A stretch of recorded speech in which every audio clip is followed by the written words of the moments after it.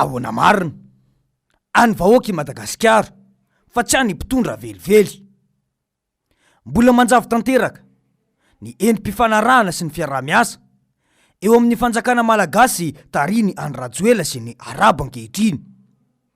Nisy ny dia niflosin'ny delegasiona no tariny niatrika ilay etsika goavana momba ny nomerika tany Dubai 2 herinandro lasa teo izay. Isan'ny ampiara-miombonantoka amin'ny fanjakana malagasy ny orinasa Al Jaber amin'ny fananganana ny tanamasoandro io dia nisy ireo io. Niloniny nambara aloha dia tsy tonga anao asa sovelively ny Arabo fa itady ary aka izay azona laina ka mbola baraingo ny tambiny.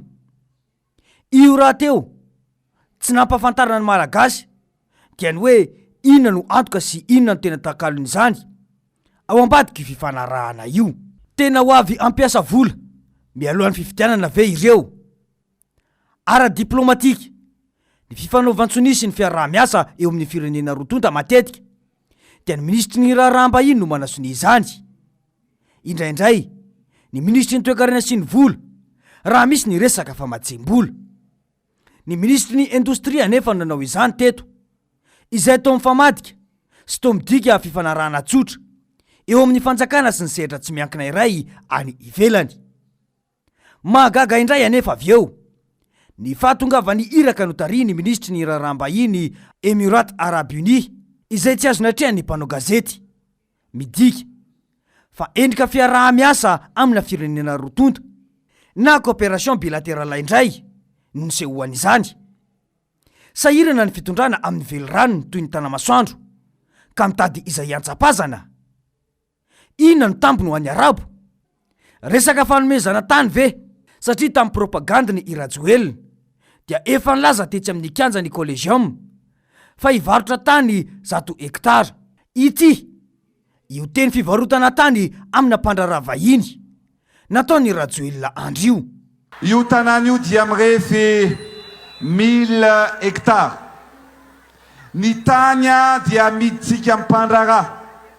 Ny vola 100 hektara fotsiny azo avy amin'ny vidin'ny tany dia avitatsika ny viabilisation, ny pont, ny route, lalana rehetrarehetra sy ministera ao anatin'izany tany zany. Ny arantsika rehetra na entsara angamba ny teny izay nataony teo. Azadino fa i Dubai sy Abu Dhabi dia malaza ho fandehanana ireo trafikana volamena avy ety Madagasikara. Raha ny angom-baovao izay natao aza dia natratra hatrany amin'ny 400 taonina. Ny volamena antsika tonga tany Dubai ny taona 2024 raha nitatitry ny Conseil mondial de l'or. Kanefa zara raha misy voasoratra amin'ny fandranana ofisialy. Misy ifandraisany amin'ny resaka fitrandrana sy fandranana volamena ve ny fiaraha-miasa amin'ny Arabo ity? Nanaitra ihany koa ny fanehoan-kevitra nataony Ramatofaniry Erinaivo izay milaza mazava tao anatin'ny tambajotra Facebook ny hoe inona marina no nataony Ian Rajoelina sy Augustin Andriamananoro tany Dubai fa tao tany an-tranony reto efa nanjehana ho mpanao trafikana volamena no namantana izy mianakavy. Ny tsapa dia tao tontolona alatra sy fanambakana. Izay ankehitriny no azo amtinana ny ankapoben'ny tontolo iainana eto amin'ity firenena ity. Tsy veloko antenaina kanefa tsy maty afoy fa mitsipozipozy mandavataona ny fiainandra malagasy. Toa anao tsipaky mialaina ifikitra amina fahefana sisa ilay fitondrana any Rajoelina. Ara-toe-karena nefa tsy misy afitsoka. Ara-diplomasia maivandanja. Ara-sosialy voamaika fasana hoy ny tanora. Ny tsindry tsy andaniny miamitombo. Ny fanjakana miamian-danja. Saingy manamboly moraly sisa mitazana.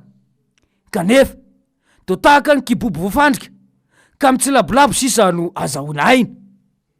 Ny sehatra iraisam-pirenena efa mahatsapa fa tsy azo divirana ny dinika politika sy ny fikonan-doam-pirenena.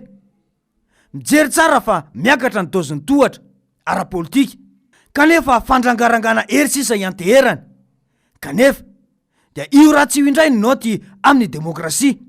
Irehariana fa ho avy ny Arabo be vola anatanteraka ny velirano. Saingy izy tena sahijoboka ampiasany volany ao anatin'ny tsy famaritoerana politika maimaim-poana ve? Inona ny tambony amin'ireny? Sa tohizana ny famarotana tanindrazana satria arem-pirenena tsy toko tsy foroana ny tambony. Ny olana miamitombo sy tena hitombo, saingy tsy tena hita ny paikady hiatrehana an'ireny, fa de miandry izay higadona ny sisany malagasy. Ny trangam-piarahamonina fahafa tsy voafe, ny viditsoloka to tsy azo odivirana ny mety ho fidangana, ny vidin-javatra tsy mitsahatra miakatra, ny delestazy tsy mety miva. Hafahafa ihany ny mahita sy mandrefy loha milaza hoe resy lahatra ny tenako, fa ny nomerika no lalana tokana ahatrarana ny fampandrosoana.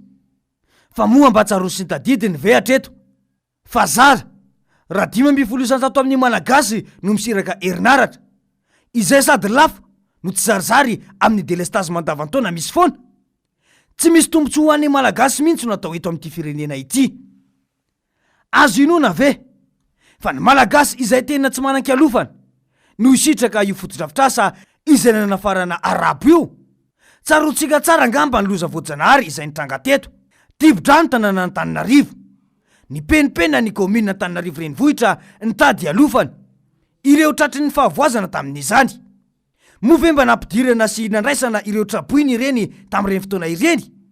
Ny fantaniana mipetraka zany hatreto de ny hoe tena isy tombotsoa ny vahoaka malagasy maro anisa ve ny fahavitana io fotodrafitrasa izay nanafarana io arabo io? Inona ny tena fiatraikany io any anatin'ny volanin'ny vahoaka sy ny arapany isanandro? Dia tsy menatra koly Rajoelina ny tsipaka ny amin'ilay fanatanterahana ny fikonan-doha nasionaly.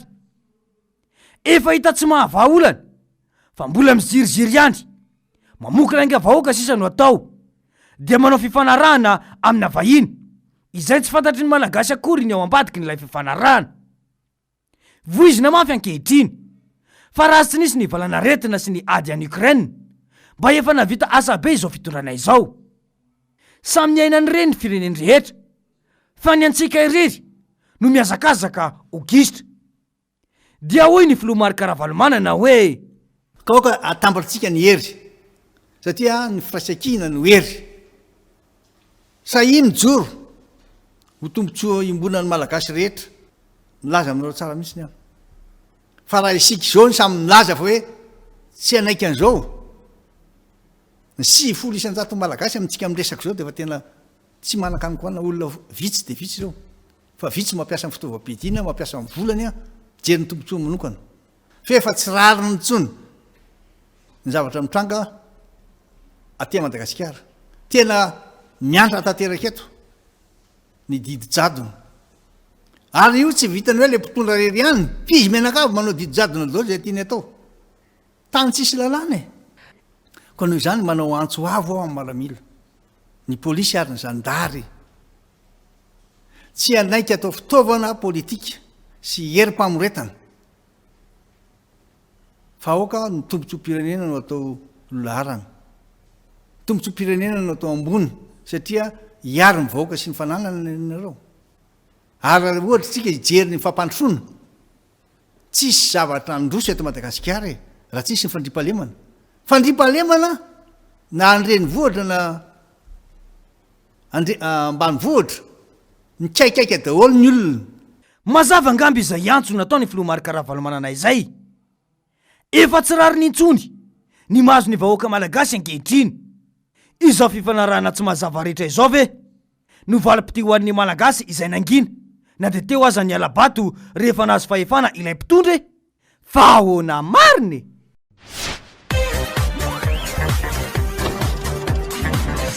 Ahoana mariny?